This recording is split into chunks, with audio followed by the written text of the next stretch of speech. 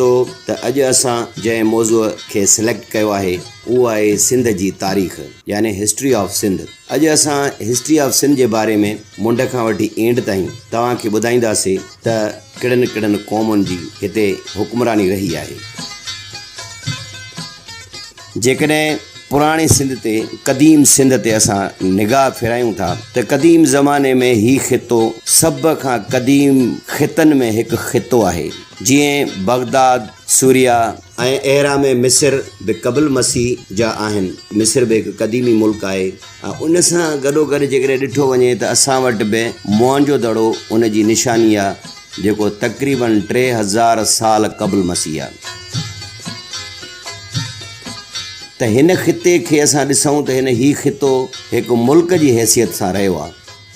हमेशह मुल्क जी हैसियत सां सवें न बल्कि हज़ारें साल ही मुल्क जी हैसियत सां रहियो आहे। ऐं क़दीम ज़माने में हिन जूं सरहदूं तमामु परे परे ताईं पखिड़ियल हुयूं। जीअं बलोचिस्तान जो लस ॿेले वारो इलाइक़ो वेंदे मकरान ताईं। हेॾां जेकॾहिं पंजाब खे ॾिसूं त बहावलपुर ऐं मुल्तान ताईं सिंध जी सरहद ई। ऐं होॾां भारत जो काफ़ी हिसो जेको रेगिस्तानी इलाइक़ो आहे थर वारो, उहो सॼो जेको आहे अरबी समुंड, ही सॼो इलाइक़ो जेको आहे सिंध हुई। याने उन ज़माने में ॿ ई मुल्क हुया, हिकु सिंध ऐं ॿियो हिंद। ॿ मुल्क हुया बसि। हिन ख़िते में क़दीम ज़माने में हिंदू महाराजाउनि जो दौर हुयो ऐं मुख़्तलिफ़ ख़ानदान जेके पंहिंजो हुक्मरानी कंदा रहिया, जंहिंमें राय ख़ानदान ऐं उन खां पोइ ब्रह्मण ख़ानदान। त दोस्तो इन खां अॻु जेको आहे कुझु टाइम ईराननि बि हिन ख़िते खे पंहिंजे हमले जो निशानो बणायो ऐं काफ़ी वक़्तु जेको आहे क़दीम ज़माने में हुक्मरानी कई हिन इलाइक़े ते। जी दोस्तो, त राजा ॾाहिर जेको ब्राह्मणनि जो दौर सॾिजे थो, सिंध में हिकु बिल्कुलु बंदोबस्ती बादशाहत हुई।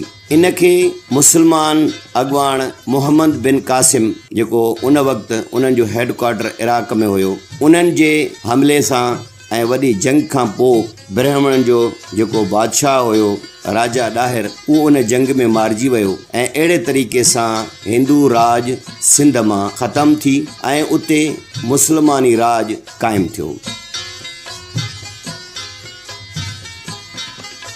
उन अरबन तक़रीबन 300 साल याने 712 खां 1026 ताईं हुननि जी हुकूमत क़ाइमु रही। उन्हीअ खां पोइ सूमरनि जो दौर शुरू थिए थो।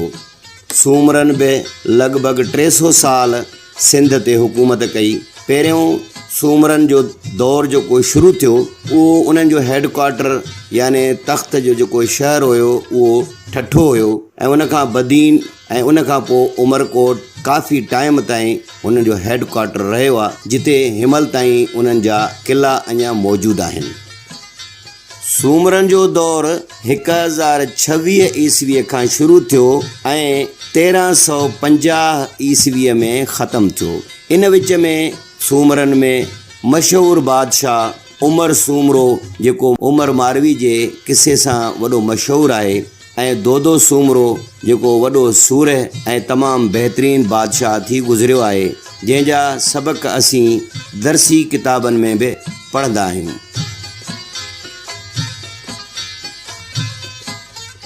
1350 खां 1521 में समन जी हुकूमत रही आहे। हिन दौर में समन सूमरनि खे शिकस्त ॾेई ऐं पंहिंजी बालादस्ती क़ाइमु कई ऐं उन्हनि जी हुक्मरानी 170 साल सिंध में हली। ऐं समन खे अरगूननि शिकस्त ॾेई पंहिंजी बालादस्ती क़ाइमु कई ऐं सिंध में हुननि पंहिंजी हुकूमत कई। याने 1521 खां वठी 1554 ईस्वीअ ताईं अरगूननि जी हुकूमत रही। उन खां पोइ तुर्खाननि जो दौरु आयो। तुर्खाननि वरी अरगूननि खे शिकस्त ॾेई पंहिंजी हुकूमत क़ाइमु कई।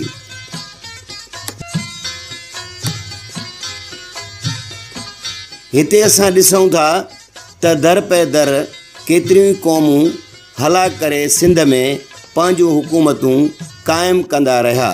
याने लोकल माण्हुनि खे बिल्कुलु बि नज़रअंदाज़ कयो वियो। तुर्खाननि जी हुकूमत 1555 खां 1608 ताईं क़ाइमु रही सघी। जी दोस्तो, जॾहिं असां वटि सिंध में तुर्खाननि जो दौरु हुयो, जॾहिं सिंध में तुर्खाननि जो दौरु हुयो त हुते सॼे हिंदुस्तान ते मुग़लनि कब्ज़ो कयो हो, यानी सॼे हिंदुस्तान खे मुग़लनि फ़तह कयो ऐं उन खां पोइ मुग़लनि सिंध ते बि काह कई ऐं तुर्खाननि खे शिकस्त ॾेई पंहिंजे गवर्नरनि जे थ्रू सिंध में पंहिंजी हुकूमत क़ाइमु करे छॾी।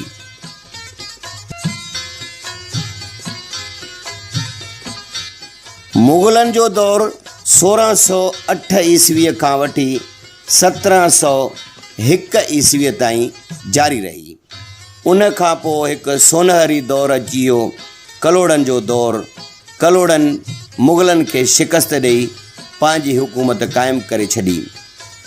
हिन दौर में तमामु वॾा वॾा शाइर बि पैदा थिया, जीअं शाह अब्दुल लतीफ़ भिटाई रहमतुल्लाह अलैह, सचल सरमस्त ऐं ॿिया केतिरा ई शाइर ऐं अदीब पैदा थिया। अहिड़ीअ तरह कलोड़नि जो दौरु बि पंहिंजे पुॼाणी ते पहुतो।